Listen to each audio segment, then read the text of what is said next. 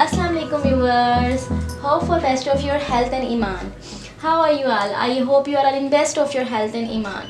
And today's topic is transformation. Today we are going to discuss about the transformation principle, transformation in bacterial cells, how transformation takes place in bacterial cell. As we have discussed about the sexual reproduction in bacterial cells. So now from today's today's episodes, we're gonna discuss in the other new episodes about the transformation, conjugation, transduction, which are the sexual reproduction methods of sexual reproduction takes place in bacterial cells.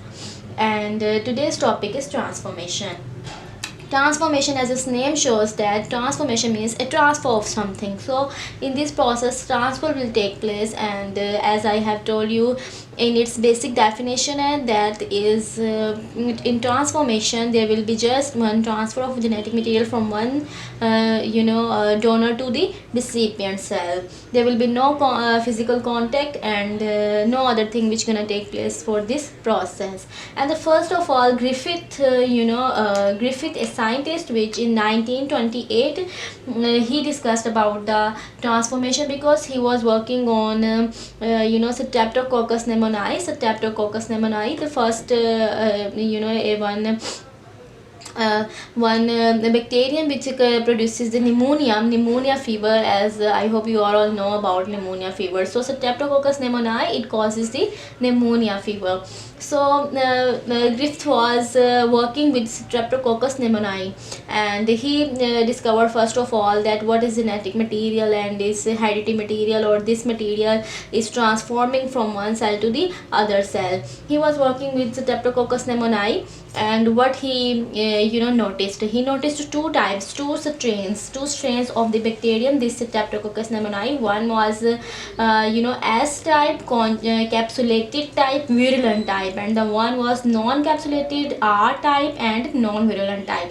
Okay, S type is that type of the Streptococcus pneumoniae which is capsulated. It has capsules. Okay, if it has capsules, it produces the colonies which is like smooth colonies. When it is it is grown on nutrient agar, it produces smooth colonies. That the second name is S type because of its smooth colonies. And third name is virulent because it causes the disease, which is Streptococcus pneumoniae causes the disease pneumonia fever.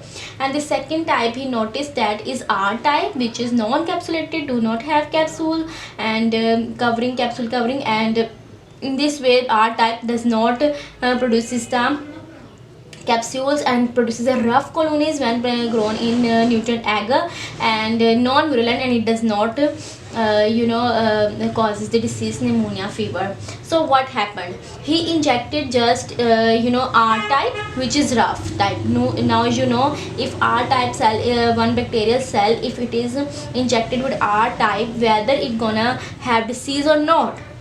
Tell me. No. Yes, no.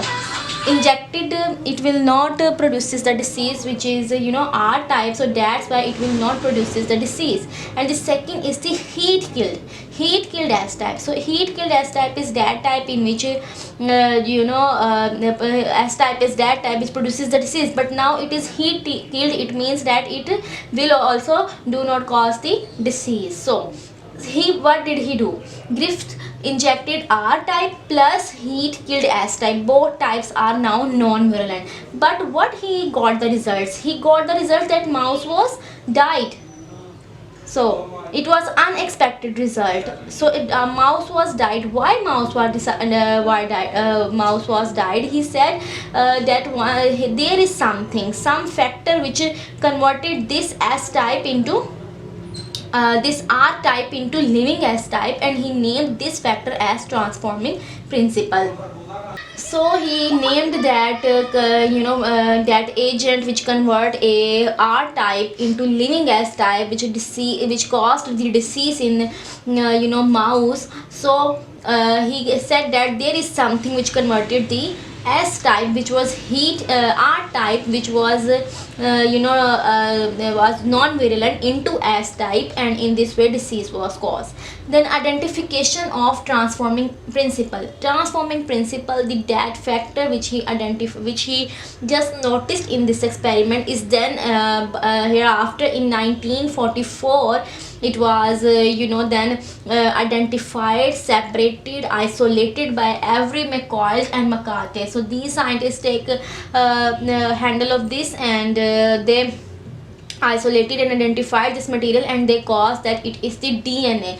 So they produces that they they identified and they named this transforming principle that this is DNA, this is DNA, because they said that the genetic material of the bacteriums that which was living S type, and in the mouse the material this injected was like the is the DNA fragments. So what did they identify? They identified that the DNA from the donor. From donor, what happened? From donor DNA which they inserted, and this they check out that this DNA fragment is replaced inside one recipient cell by the other that DNA which they injected in that cell. So that in this way they identified and isolated, and they said that this transforming principle is the DNA which is responsible for the disease causing. And nowadays, after that time, when that is 1944, and in 1940s even, it was also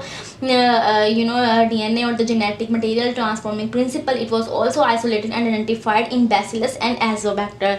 So it was a a transformation principle. That transformation takes place in bacterial cell. How transformation take place in bacterial cell? Just a one DNA or the genetic material is transferred from one cell to the other cell, and there will be no physical contact, and just it is transferred between two cells, and from the donor to the recipient cell, and the donor DNA or its fragments replaces the portion of the recipient DNA, and in this way it gets integrated into the recipient cell, recipient chromosome, recipient DNA, and changes its properties. So this is the transformation in bacterial cell. So I hope it will be helpful for you, and if you have any question, any queries, any confusion about any topic which I have discussed with you, so make sure to tell me in comments. Don't forget to like, share, subscribe, and make sure to follow me on Instagram so I can share with you my stories and